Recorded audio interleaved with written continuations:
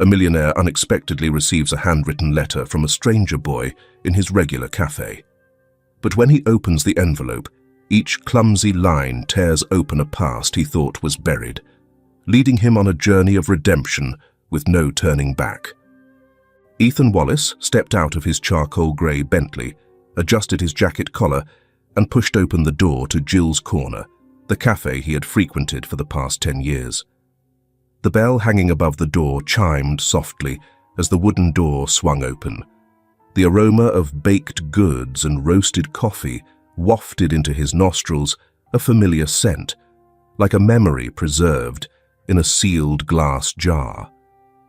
Ethan nodded a brief greeting to the young waitress behind the counter, offering no smile.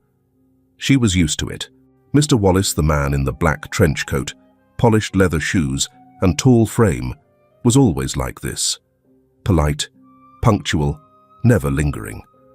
He always sat in the same spot, a single table by the window, where the morning light filtered through the frosted glass, creating a gentle streak on the wooden surface.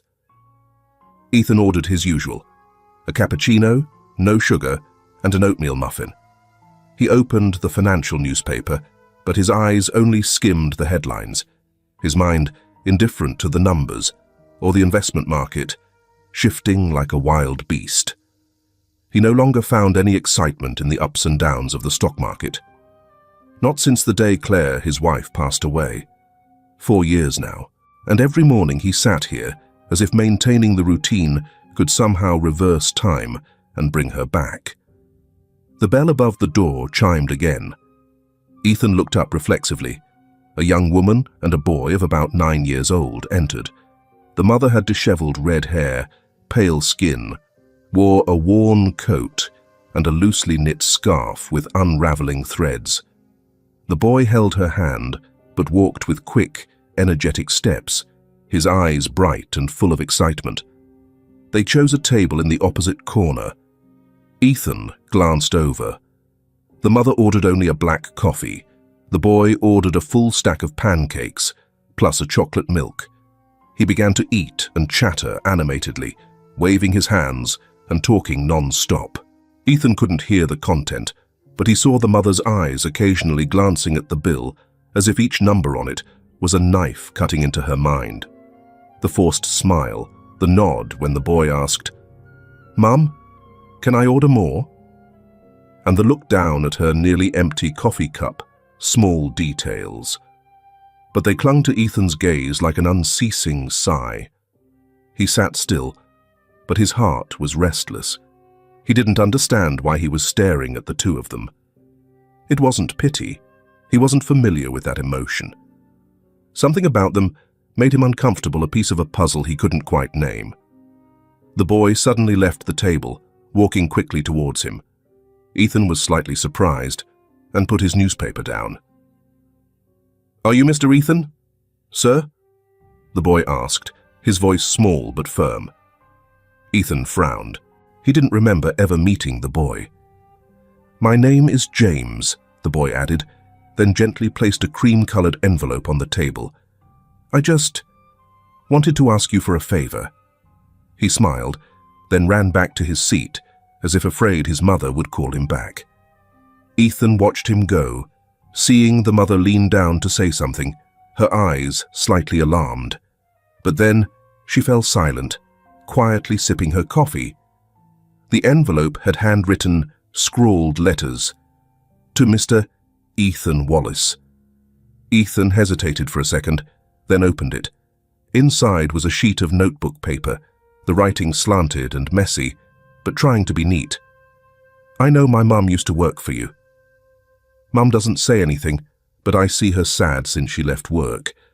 She said it was a cutback, and you decided. I don't blame you. I just want you to know, my mum tried really hard. Mum cries when she thinks I'm asleep. I saved my breakfast money for 3 weeks. I'm sending it to you, to ask you to help my mum find another job. Thank you for reading this letter." Ethan couldn't take his eyes off the paper. His hand trembled slightly. He folded it up, placed it on the table, and looked out the window. Outside, The wind swirled fallen yellow leaves across the sidewalk. Inside the cafe, the golden-orange light shone down on the face of the red-haired mother who was leaning down to wipe her son's mouth, a smile fleeting across her face like a flickering candle. Ethan suddenly found it hard to breathe, not because of anger, but because of something that hadn't touched him in a long time. Regret, not for a financial decision, but for forgetting that each number, each layoff file, was a human being. He looked down at the letter again, a sheet of notebook paper, a child's handwriting, and a heart big enough to sacrifice breakfast for his mother. Ethan stood up, looking around for the two of them. But the table was empty. The coffee cup was still warm, and a piece of pancake remained on the plate. They had left. Ethan Wallace's penthouse apartment was located on the 41st floor of a building he himself had built. Every wall was paneled in grey oak, the furniture minimal, coldly luxurious. From above, the entire city was bathed in golden lights, like a crystal network. But in that space, nothing was warm enough to hold him. He stood for a moment before the wide glass wall, a glass of wine in his hand, his gaze lingering in the distance towards the west side of the city, where branch office number 4 of Wallace Holdings used to be. Now it was just an empty office, the sign long since removed. Ethan put down his glass and walked to the desk next to the window. He opened his personal computer and typed the keyword Laura into the old personnel files. The internal system displayed hundreds of names. He scrolled quickly, searching for the familiar name Laura Mitchell, Chief Accountant, Branch 4. Clicking on the file, the words Resigned Reason, Cutback per Fiscal Year T2 Plan appeared. No further notes. She worked there for 4 years. The file showed no violations whatsoever, no rule violations, no unauthorized absences. Salary below the average for a comparable position. Ethan sat down, leaned back in his chair, and gripped the edge of the desk tightly. That name was definitely her, and the boy James was definitely her son. Everything seemed to be fitting together like pieces that had been thought lost long ago. He opened the internal emails from that year, the year Wallace Holdings underwent the largest cutbacks since the financial crisis. A PDF file appeared, titled Staff Reduction List, Areas 3 and 4. At the end of the list was Ethan's signature, a familiar signature, neat, cold. He didn't remember signing it, but he clearly remembered that time Claire was in the final weeks of her 3rd round of chemotherapy. He had practically moved into the hospital, leaving the work to his advisors and the finance team. They talked about the numbers, the cuts needed to keep cash flow stable. He nodded, signed, without asking any questions. And now, the consequences of that nod were in his wallet, a scrawled letter from a child asking for nothing more than a chance for his mother to live normally. Ethan closed his eyes. In the darkness behind his eyelids, Claire's face appeared pale, gentle, always smiling even in pain. She had said to him one winter afternoon, her arm still attached to an IV drip, "Don't lose your humanity, Ethan. You're good, but don't get so good that you forget you were once poor." Ethan had nodded, then turned away. At the time, he didn't think she was talking about a future he wasn't strong enough to prevent. He turned on the fireplace. The fire flared up, the light dancing on the glass wall. But the room remained cold, not because of the temperature, but because of the years Ethan had shut the door to his heart, using work and power to seal the cracks. He turned back to the screen, scrolling to the bottom of Laura's file. A small note appeared. Rehire application email dated February 18th. No response. Ethan opened the email.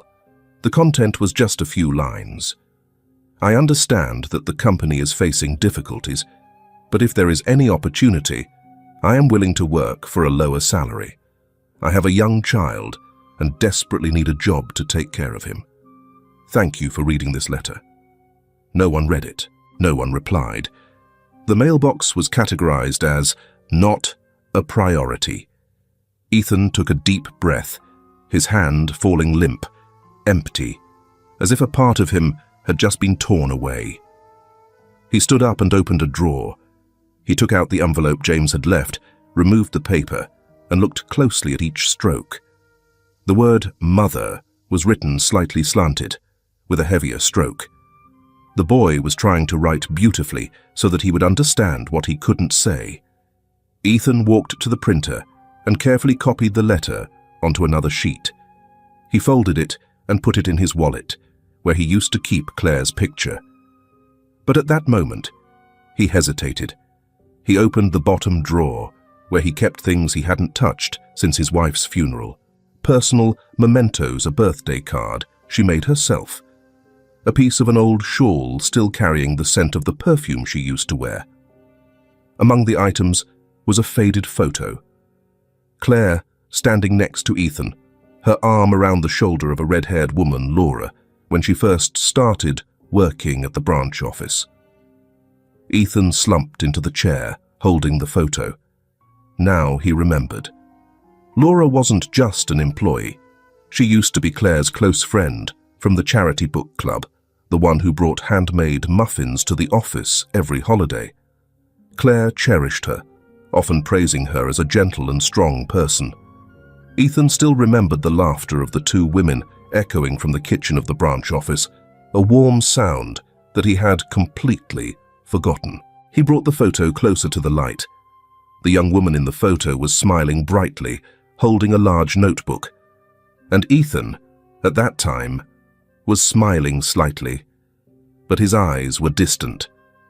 Everything seemed to touch on a crack that had never been acknowledged. He hadn't just forgotten Laura.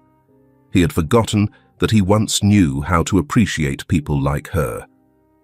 In the corner of the room, the grandfather clock struck 11 p.m. The city was still twinkling with lights, but for Ethan, there was now only one clear path ahead: to return to the place where he had lost a part of his humanity. The next morning, a light drizzle fell like the breath of a half-finished dream. Ethan Wallace arrived at the cafe earlier than usual. The silvery grey light filtered through the glass window, reflecting streaks of water droplets rolling slowly across the glass surface. He chose the same table as yesterday, the small table by the window, with the slightly faded leather cushion on the left corner. The cappuccino was placed in front of him, without him having to order. The familiar waitress smiled slightly, asking in her usual polite tone, "The usual, right?" Ethan just nodded, saying nothing. His eyes looked outside, but his thoughts were fixed on the image of the boy and the red-haired mother Laura, whom he no longer saw as a stranger. Time passed slowly, as if unwilling to rush past him. Nearly an hour passed. There was no sign of the two of them. Ethan put his coffee cup down on the table, looked up, and called the waitress who had just brought a muffin to the table next door. "That girl from yesterday, the red-haired woman with her son, do they often come to the cafe?" The girl pondered, then shook her head. "Not exactly regulars. They only come about once a month. Usually sit at the table in the corner near the window. The boy who comes with her is very well behaved, very polite." Ethan was silent, nodding. His heart sank slightly. If they only came once a month, he might have to wait 4 weeks to see them again if they even came back. He looked towards the table they had been sitting at. He didn't know what he was waiting for: a sign, a gesture, or just the opportunity to say a word of apology. Ethan stood up and went to the counter, meeting the cafe manager, an older woman, wearing glasses and a light brown apron with the name Marla embroidered on it. "I know this is a bit strange," he said slowly, "but yesterday I left an important item behind, and I need to review the security camera to confirm the time 2 friends of mine left the cafe. Can you help me?" Marla frowned, considering. Her eyes examined him for a moment before nodding, and she led him inside behind the counter. A small screen showed images from the main camera angle facing the entrance. Marla fast-forwarded the recording to the correct time yesterday morning. And then they appeared Laura, wearing an old coat, bowing her head to shield herself from the rain, holding James's hand and hurrying out of the cafe. Nothing unusual, nothing left behind. Only rain and the disappearance. Ethan sat back at his old table, looking out at the street. It was now raining heavily. The raindrops splattered as the bus sped through a puddle on the curb. The scenery blurred, both because of the rain and because his eyes had begun to sting. He wasn't familiar with this feeling helplessness. Ethan took out his phone and called his personal assistant, Maggie. "I need you to help me with something," he said directly, without beating around the bush. "Find all the information about a former employee named Laura Mitchell. She used to work at Branch 4, was laid off 2 years ago." "Laura Mitchell?" Maggie asked, sounding a bit surprised. "I remember her. She sent a rehire application. It was ignored all 3 times. Actually, I think I mentioned her to HR, but they said, not on the priority list." Ethan clenched his phone. This time, he didn't react with anger, but with silence. "Find her for me," he said after a few seconds. "As soon as possible. She's in trouble and I need to correct a mistake I made." On the other end of the line, Maggie said nothing more, only replying concisely, "Yes, I'll take care of it." For the first time in years, Ethan felt that he didn't have the patience to sit still anymore. He couldn't wait for someone to appear, nor could he continue to let that woman and that child leave again, the way he had let Claire slip from his grasp, because he was too preoccupied with contracts. He didn't know how he would find Laura, but he knew he would do it. Not because of remorse, not to atone, but because they deserved to see someone turn back to find them, even just once. Ethan stood up and grabbed his coat. Before leaving the cafe, he turned back to look at table number 3, the chair where James had sat, where he had held that letter in his hand. Outside, thunder rumbled softly, signaling a prolonged rain. But he didn't care. When Ethan stepped out of the cafe, it wasn't just raining. He had begun the search. Late afternoon.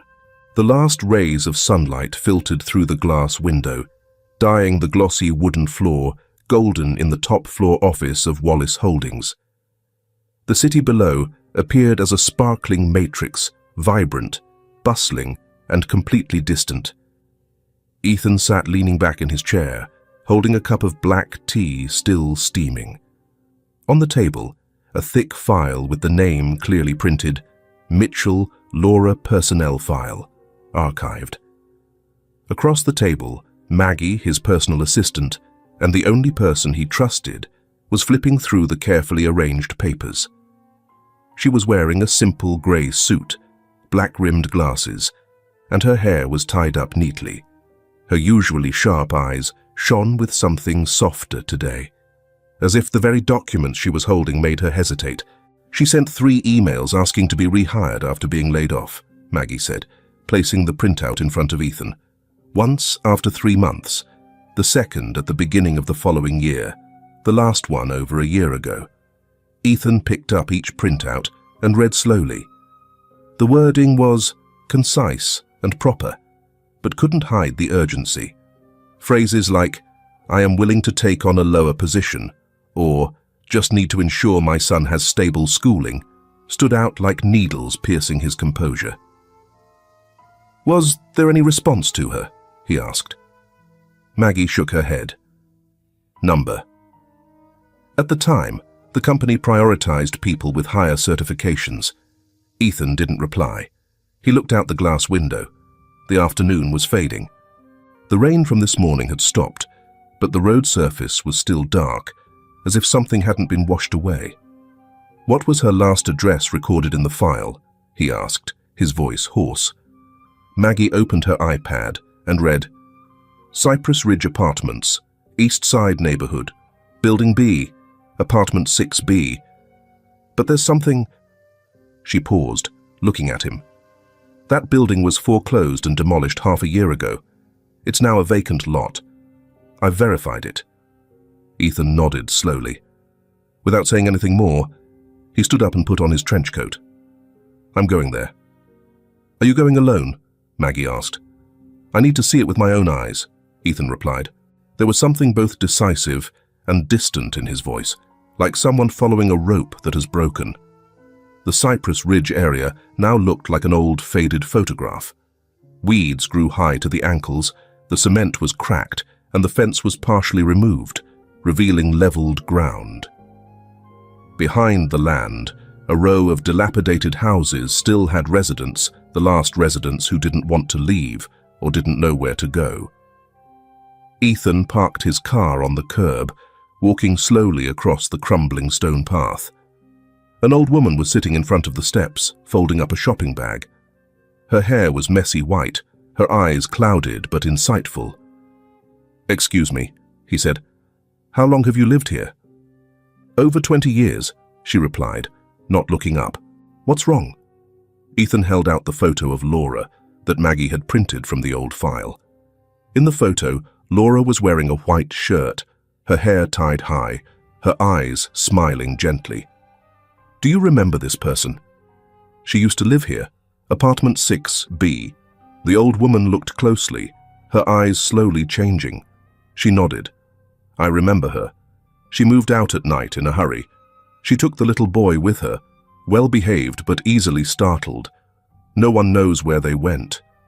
Ethan squeezed his hand slightly in his coat pocket.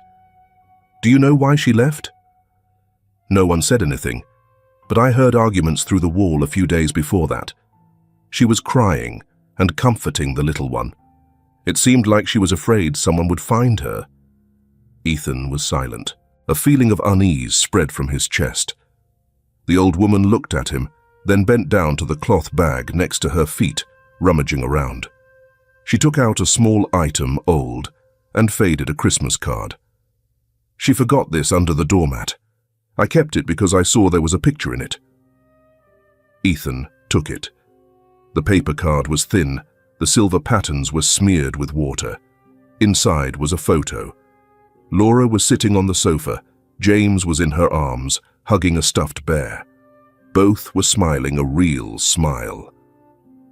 For the first time, Ethan saw that James's eyes were not sad, not hesitant, like at the cafe, but radiant. A primordial light, which a child can only have when he knows that he is loved and protected. Ethan didn't know how long he stood there silently. The wind blew past his shoulders, swirling thin dust over the empty land. He folded the card carefully, like a keepsake. "Thank you," he said, his voice low. "Thank you for keeping this." The old woman just nodded. "If you see her again, tell her that an old woman here still remembers her smile. And the boy, he should have a home." Ethan nodded and turned away. His shadow stretched long on the empty ground, blending into the setting sun. For the first time in years, he didn't see himself as a millionaire. Not the CEO, not the benefactor. He was just a man who had accidentally dropped something important, and was now groping around to find it again. The black SUV sped through the southern part of the city, a place not marked on tourist maps, where Ethan Wallace never thought he'd be sitting in a car, looking through the window and trying to find the face of a woman who once quietly lay on a personnel list he had forgotten. "We're approaching Temporary Housing Center number 3, Maggie said, her voice even, her eyes not leaving the tablet screen in her hand. "But before that, I want you to see this." She tilted the screen towards him. On the screen was a photo of a support application from a non-profit organization for single women. The name on the form, Lily Watkins, no photo, but the handwriting. Ethan recognized it immediately. "This is her," he affirmed. "I think so too," Maggie nodded. "When I traced the handwriting in the public record, I recognized that the strokes matched over 90% with the job application she sent to the company. She's using an alias." Ethan leaned back in his seat, A feeling of weariness crept into his shoulder blades. Laura wasn't just living in hiding. She was concealing her identity. Why would she do that? He pondered. Maggie didn't answer. Instead, she silently looked at the street in front of her, the mottled walls, the crooked iron gates, the children's eyes looking through the rusty bars. Life here wasn't for those who had time to ask questions. The car stopped in front of a dilapidated community center, the letter on the sign peeling off. Hope Bridge, a place for a new beginning. Inside, the smell of food mixed with the smell of disinfectant and crowded bodies. Ethan hesitated slightly as he entered, as if each step was treading into an alien world, not because it was scary, but because he knew he had tried to ignore it. A young woman, wearing a loose sweater and a name tag that read Emma, approached. Her eyes looked tired, but didn't lose their genuine concern. "Hello," Emma said. "Are you looking for someone?" Maggie spoke first, her voice soft. "We're looking for a woman. She may have stayed here. Red hair, about 30 years old. Has a boy named James, 9 years old." Emma paused briefly. Her eyes wavered for a split second. Then she breathed out. "I'm not too sure. But there was a boy named James who used to play here a few weeks ago. Very polite. His mother never said her real name, always avoided deep conversations." Ethan bent down, his voice low. "Do you remember anything special?" Emma nodded slightly, looking down, as if rummaging through her memory. The boy was very afraid of car horns, especially police cars. Whenever he heard that sound, he would hide under the table, covering his head. Once he got lost from his mother in the yard, he cried intensely, as if he had just lost his mother a second time. Ethan felt his throat dry up. He turned away slightly to hide his eyes. The mother. Did she ever ask for any special help? Emma shook her head. Number. She always refused, took little food, a thin blanket, then quietly disappeared after a few days. No name, no trace, no requests, as if she was living through each breath, not daring to leave a scent. Ethan handed over his business card, clearly writing both his private number and contact address. "If she comes back, please let me know. We don't mean any harm. I just want to help." Emma took the card and nodded, but her eyes still contained suspicion. Ethan didn't blame her. This world had too many people who promised good things and then left. Back in the car, Ethan stood for a moment by the door. His legs weren't heavy, but his heart was heavy. Every trace was like thin mist, dissolving every time he tried to touch it. Maggie was about to open the car door when a hoarse voice rang out from across the street. "Red hair, you said?" They both turned back. A homeless man was standing near the lamppost, his coat torn, holding an empty paper cup. His eyes were clouded, but not soulless. "You said what?" Ethan asked again. "Red hair," the man repeated. "She had a little boy with her. I saw them. A few weeks ago, near the donation distribution center in Midtown.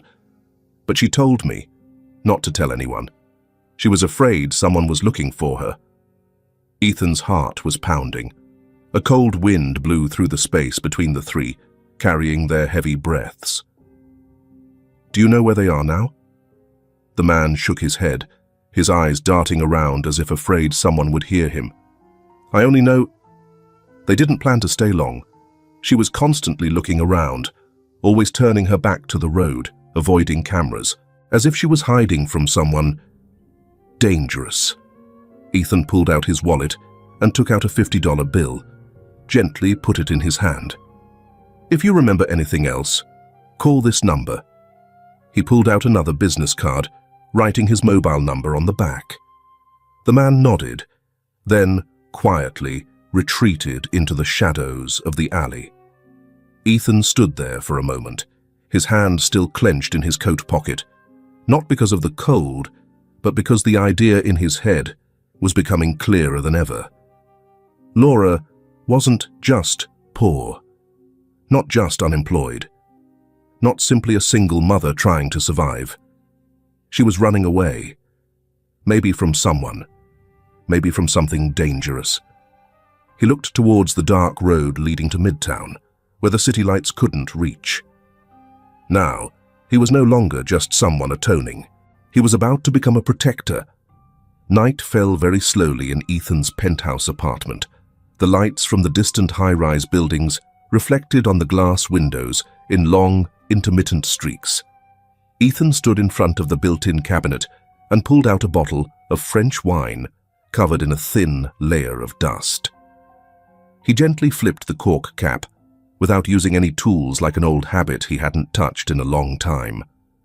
The room was silent, with only the sound of the glass touching the edge of the table. Maggie had just entered after leaving work late. She didn't ask why Ethan had called her, just quietly hung up her coat, took off her glasses, and sat down in the chair opposite him, as if she was too familiar with the prolonged silences of her boss. Ethan poured wine for both of them. Putting the bottle down, he sat back in his chair, saying nothing for a long time. "You've never talked about Claire," Maggie spoke first, as light as a leaf falling in the middle of the big room. Ethan swirled the wine in his hand. The red liquid shone in his eyes like a small fire. "Not because I don't want to talk about her," he said, breathing out softly, "but because I no longer believe I can name the right emotions anymore." Maggie didn't interrupt. She let him continue, her eyes looking straight ahead without flinching. "Claire was the last person in my life who made me believe that emotions are worth keeping. She wasn't like anyone else. Always said things that made me uncomfortable, then proved them right. Always saw the good part in me, even when I couldn't see it myself anymore." He paused for a moment, sipping his wine. 5 years ago, when she was diagnosed with cancer for the second time, I started to withdraw from everything. Work, friends, emotions. Every morning I went to the hospital, sat next to her, saying nothing, just reading the newspaper, answering emails, pretending that the outside world still needed me. "But you were still good at them, right?" Maggie asked softly. Ethan smiled slightly, not happily. Number I was just the person who signed things that no longer needed to be checked. The layoff list, department restructuring, layoffs, branch closures, everything was processed automatically, as if I had also become a part of that cold system. Maggie nodded slowly. Laura was also among those signatures. Ethan looked down at his glass of wine, pondering. "I don't remember what day I signed it, but I remember Claire had a very high fever that day. And I forgot something very human. Each name on the paper is a life." He paused, his gaze wandering towards the glass window. The city lights twinkled like thousands of eyes watching, reminding him of everything he had missed. "I remember one night, Claire was lying with her head on my lap, wheezing because her lungs didn't have enough strength anymore. She whispered, 'If one day I'm not here anymore, do something, not for money, Ethan. Do something that makes you cry too.'" He laughed softly, full of bitterness. "I didn't cry when Claire died. I didn't cry when they read the eulogy. Not when they scattered the ashes. I just kept signing contracts, answering shareholders, and sleeping in the house without turning on the lights for 2 years." Maggie said slowly, her voice not reproachful, just like a gentle touch. "Maybe it's because now. James's letter is the first thing that dares to shake you after all those years." Ethan closed his eyes for a moment. When he opened them, his eyes were red, not because of the wine. The boy didn't write to ask for money, didn't ask for a favor. He only asked for a chance for his mother, a silent plea for help. And he did that for the woman who was deleted from a spreadsheet by my own hand. Maggie said nothing more, but in her eyes there was a softening, as if the years of working with Ethan had only now really shown her a version of him that she had always wondered. Did it exist?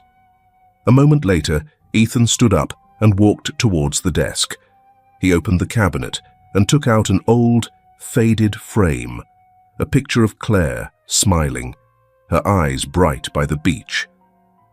Ethan looked for a long time, then placed the photo on the table, next to the laptop. "If I once couldn't protect the woman I loved," he whispered, "then now I won't stand by and watch others get hurt. Not again." He opened the laptop and typed a few commands. The light from the screen shone on his cheekbones, revealing the lines that had etched themselves into his face. "I need to look up something," he said. "Laura's legal records, specifically emergency protection orders, if any." "I have access to the civil system," Maggie replied, approaching. "Let me do it." She sat down next to him and entered the data. After just a few minutes, she stopped. "Got it." The screen displayed a set of scanned documents. An application for an emergency protection order. Applicant, Laura Mitchell. Application date, 3 years ago. The person named, Kyle Bennett, ex-husband, with a history of domestic violence, sentenced to 18 months in prison. The restraining order expired exactly 2 months ago. Ethan gripped the armrest of the chair tightly. Had anyone noticed that? Had anyone asked her after the order expired? Was she warned? Was there anywhere for her to go? "She's not running from poverty," Ethan said softly. "She's running from a beast." Maggie looked at him. "And what are you going to do?" Ethan turned back. His eyes no longer shone with hesitation. They were clear, calm, and full of fire. "I'm going to be the one standing between them, not because of responsibility, not to atone." He gently touched his coat pocket, where he kept James's little letter. "But because I owe them a lifetime."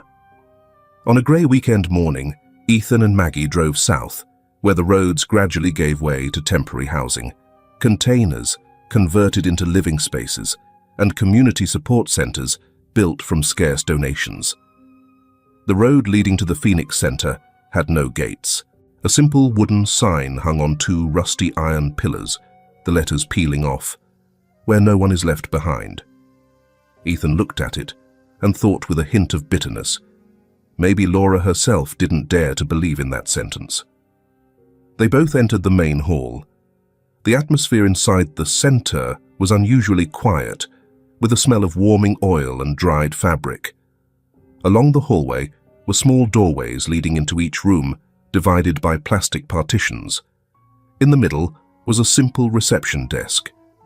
A woman in her 40s with a tough demeanor and wary eyes came out to greet them. "How can I help you?" Ethan nodded politely. "I'm Ethan. This is Maggie, my associate. We want to support the program for single mothers here, maybe provide funding or help them find long-term housing, if appropriate." The woman glanced at Ethan from head to toe, the look of someone who had met all kinds of philanthropists in her life.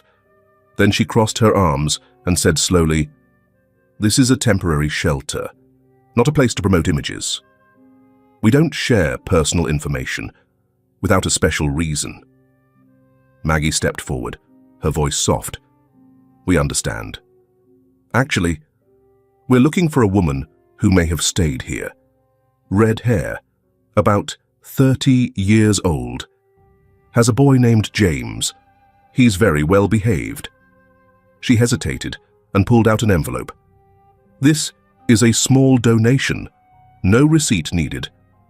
The woman still looked cautious, but when she glanced at the cash in the envelope, her voice softened. "I don't promise anything, but if she stayed here, she's probably gone. Most only stopped for a few nights." Ethan breathed out, both disappointed and patient. He turned to look at the photos of children plastered on the wall, nameless faces, some smiling, some looking straight into the camera with wary eyes, as if they understood the world too well. Suddenly, A small figure shot past from the end of the hall. A brown-haired boy, wearing a loose hoodie, was running and almost ran into Ethan. "Oh, I'm sorry, sir." The voice was so familiar it was astonishing. Ethan bent down, his heart beating faster. "James?" The boy looked up. For a moment, his eyes stopped on Ethan's face, recognizing him without hesitation. "I remember you," James whispered, grabbing his shirt. "I kept asking my mom if you read the letter." "Yes," Ethan replied, nodding slightly. "I read it. And I came here because of you." Footsteps echoed from the hallway. Laura appeared, her hair messy, her face clearly panicked.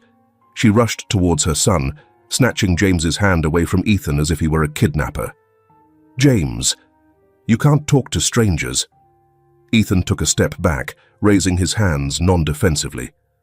"Laura, it's me, Ethan Wallace."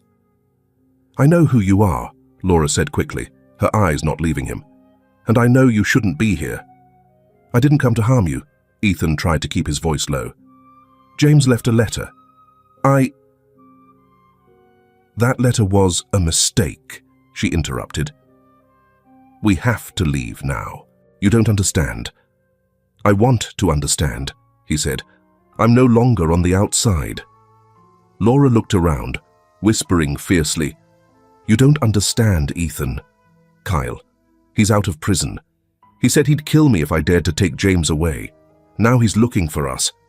If he knows you're looking for me, he'll find you too." Ethan squeezed his fist lightly. "I know. I've seen the file." Laura was stunned. James looked up at his mother. "Mum, he's not like Dad." Laura looked at Ethan, a look that was both flickering with doubt and full of the weariness of a woman who hadn't had a full night's sleep in months. "You came here. Because of what?" Ethan took a deep breath. "Because I was wrong. Because I neglected someone who had worked wholeheartedly. And because your son reminded me that I can still do something right, even if it's late." He took a step closer, looking her straight in the eye. "This time I can't stand by anymore. If you don't believe me, believe your son's letter." Silence fell. James grabbed his mother's shirt. Laura still stood there, the wind blowing through the crack in the door, making her hair toss wildly. But her eyes began to soften, no longer afraid of Ethan, but afraid of what was behind him. And for the first time, Ethan saw it. A small flicker of acceptance shining amidst the darkness. The temporary apartment that Maggie had prepared was on the 27th floor of a discreet building, with no signs outside the door, no owner's name listed. Ethan stood in the small kitchen, pouring boiling water into 2 cups of tea. The scent of ginger and mint spread lightly in the air. On the other side of the room, James was already asleep on the extended sofa, curled up in a soft blanket, hugging a pillow tightly as if it were the only lifeline in his life. Laura sat at the dining table, gently stroking a streak of water still lingering on the cup. Under the dim light, her red hair darkened, her face etched with the marks of sleepless nights. Ethan placed the cup of tea in front of her. They both remained silent for a moment, not because they didn't know what to say, but because there were too many things to say. But no one was sure they had the right to start. "Thank you," Laura whispered. "For bringing you here?" Ethan asked softly. "For not asking too many questions," she replied. "I'm tired of questions, tired of having to come up with answers safe enough not to cause danger." Ethan nodded, his eyes looking out at the rain. "I used to be like that too, not because I was hiding from anyone, but because I was afraid of myself." Laura looked up, waiting for him to continue. "When Claire was sick, I kept thinking I had to be strong. I didn't cry. I didn't complain. I suppressed everything and thought I was doing the right thing. But when she was gone, I understood. I didn't know how to feel anything anymore. Everything inside me was as empty as a third-quarter report. She laughed softly, dryly. I remember Claire. She used to text me to go eat waffles every time after a meeting. She cherished you, Ethan said. You were one of the few people who made Claire smile genuinely in her final days. I knew that, but it was too late to say it. A prolonged silence followed. Then Laura said softly, "After being fired, I didn't blame you. I thought, that's how the world works. People like me get removed from the machine when it needs to be lighter. But no one deserves to be abused," Ethan said softly. "No one deserves to run away." Laura bowed her head. "I used to think I could change him, Kyle. When he proposed, I believed him sincerely. But the first time he struck me in the face, I knew. Some people are born only to destroy." She paused, her hands caressing her wrist where a long-standing bruise used to be, now faded but still smoldering in her memory. "James used to ask me why Dad hit me. I didn't know what to say. I just said, because Mum did something wrong, and then hugged him and cried all night. I lived with aliases, temporary housing, temporary jobs, always cleaning up carefully before leaving a place, afraid of leaving a trace." Ethan squeezed the cup in his hand lightly, his voice slowing down. "No one should have to teach their children how to hide from their father." Laura laughed a laugh that wasn't happy at all. "But I did. I taught James not to say his real name, not to trust strangers, and to always hold Mum's hand when crossing the street, even when there were no cars." Ethan stood up and walked to the window. It was still raining. Below was a blurred street, with passers-by as sparse as ghosts. "If I hadn't signed that day," he said, "maybe things would have been different." "But you did sign," Laura replied, not bitterly, "and I still survived in my own way." She looked up at him. "But now I'm exhausted." At that moment, the phone rang. Maggie was calling. Ethan answered, turning on the speakerphone. "Ethan, I've got bad news." Maggie's voice was urgent. "A man showed up at the old center. He's looking for someone named Laura. The description matches. Red hair. Has a son with her. He has a long scar on his right cheek. And he's carrying a knife in his coat pocket." Laura froze. Her face turned pale. The cup fell from her hand, breaking into 2 large pieces on the floor. James jumped up from the couch.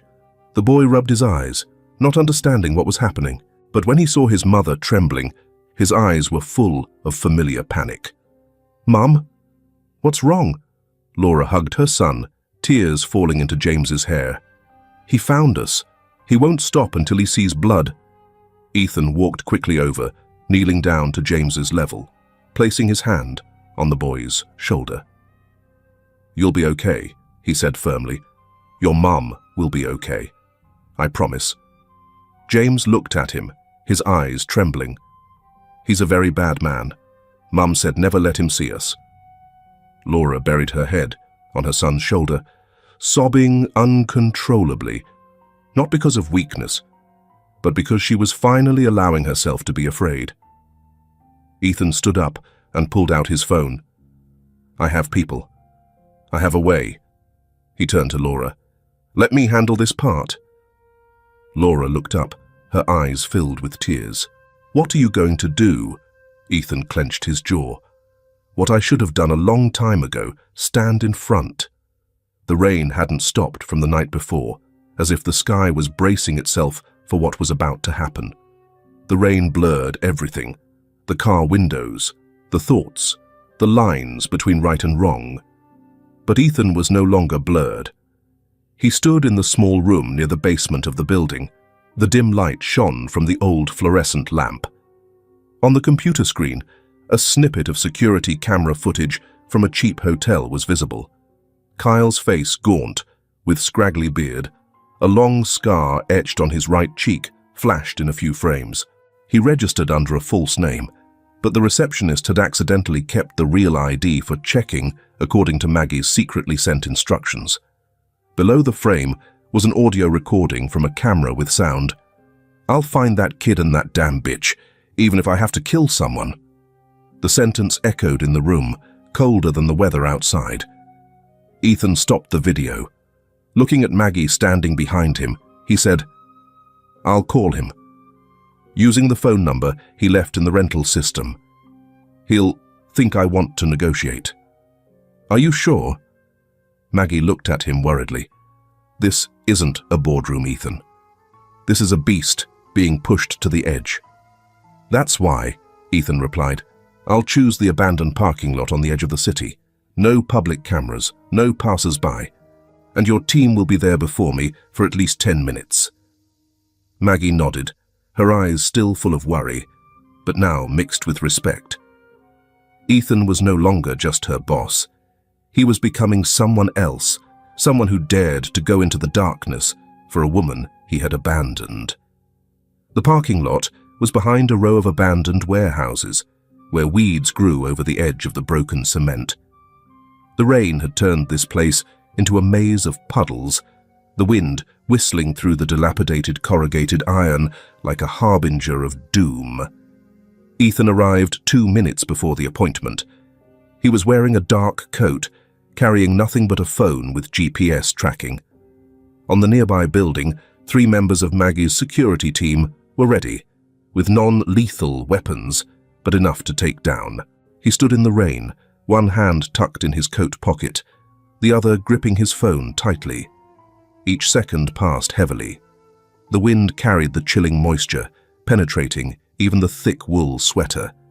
He didn't remember the last time he had left his comfort zone, not comfortable in terms of material, but the familiar territory of power, of meetings, of contracts. This time, there were no balance sheets, no lawyers, only him and the man who had turned a woman into a ghost. A thought flashed through his mind. What if I don't come back? But then he thought of James, of the small hand gripping his mother's shirt every time there was a loud noise, of Laura's eyes when she whispered, "I'm exhausted." Ethan clenched his jaw. No, this time he wouldn't let anyone have to hide again. In the distance, the headlights of an old sedan flashed in the rain. Kyle stepped out, his gait unsteady. He chewed gum, his eyes darting constantly around the empty space.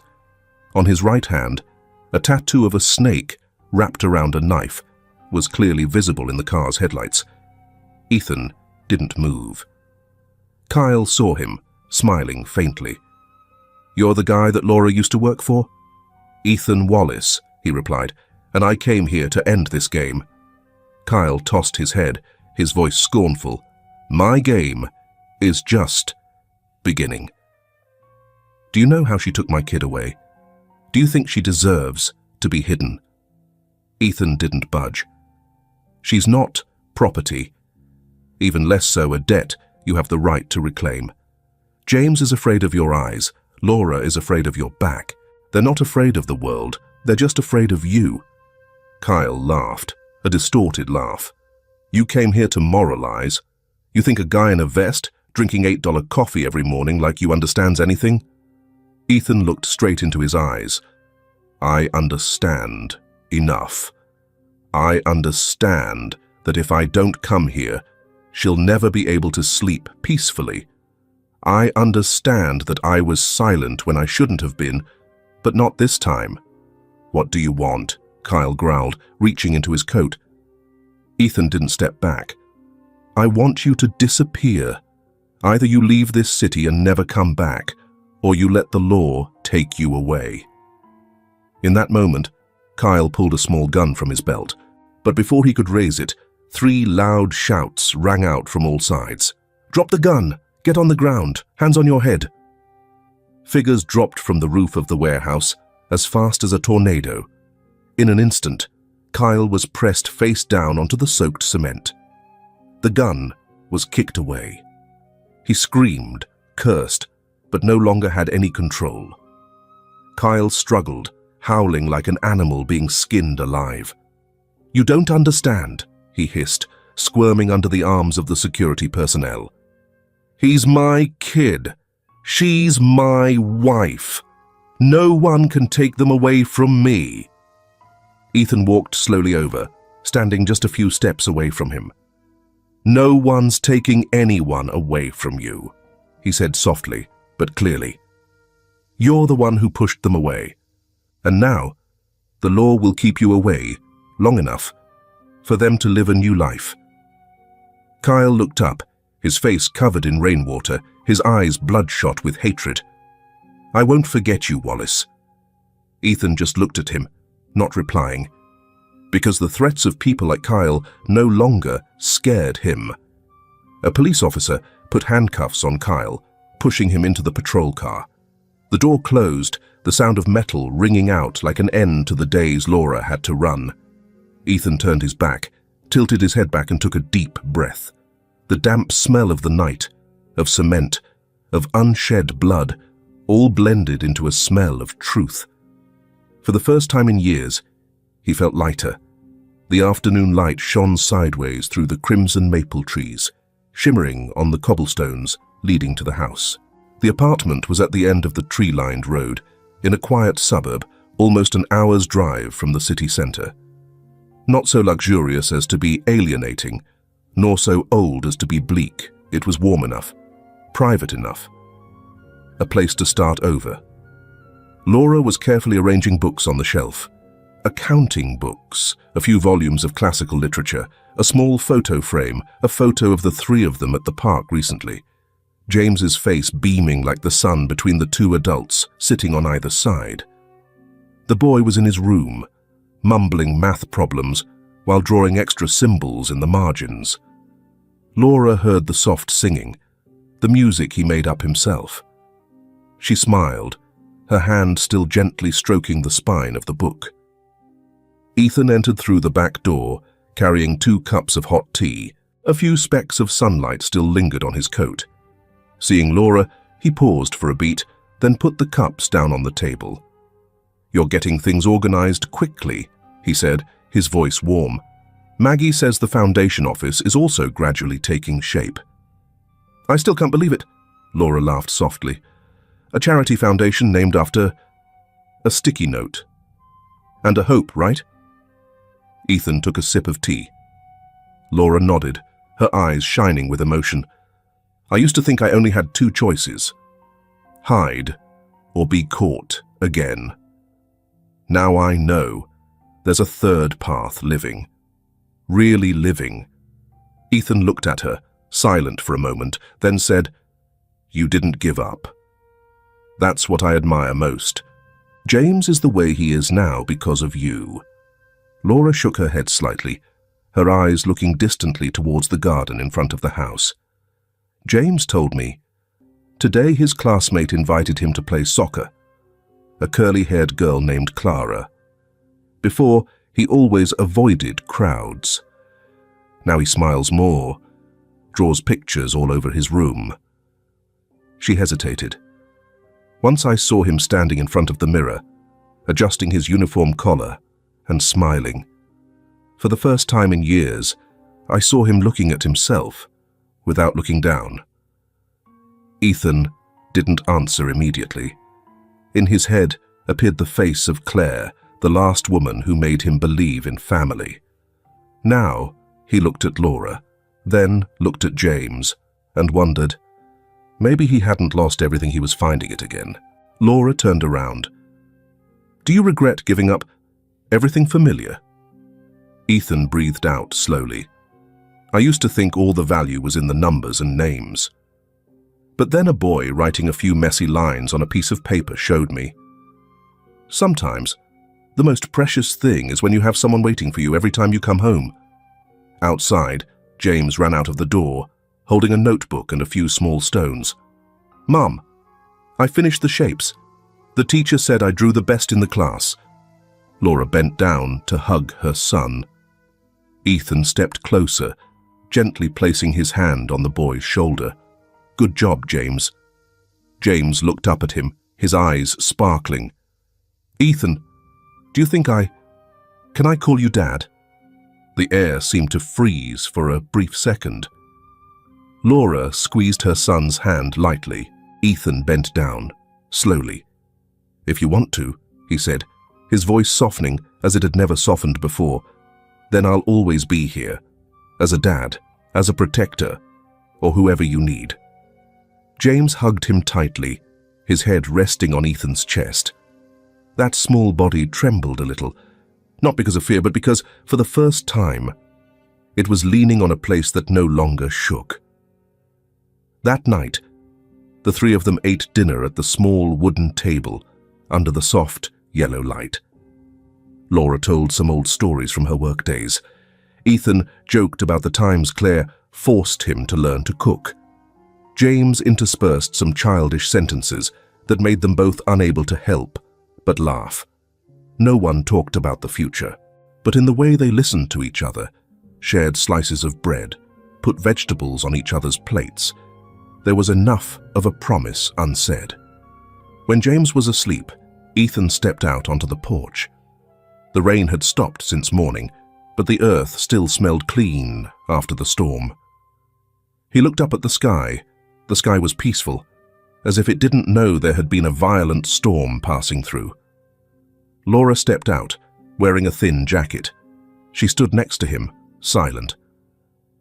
"Aren't you going back to the penthouse?" she asked, softly.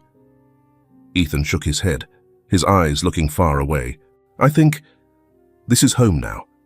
The story of Ethan, Laura, and James is not just a journey to overcome trauma, but also evidence that just a letter, an act of kindness at the right time, can awaken the part of humanity thought to be cold in someone.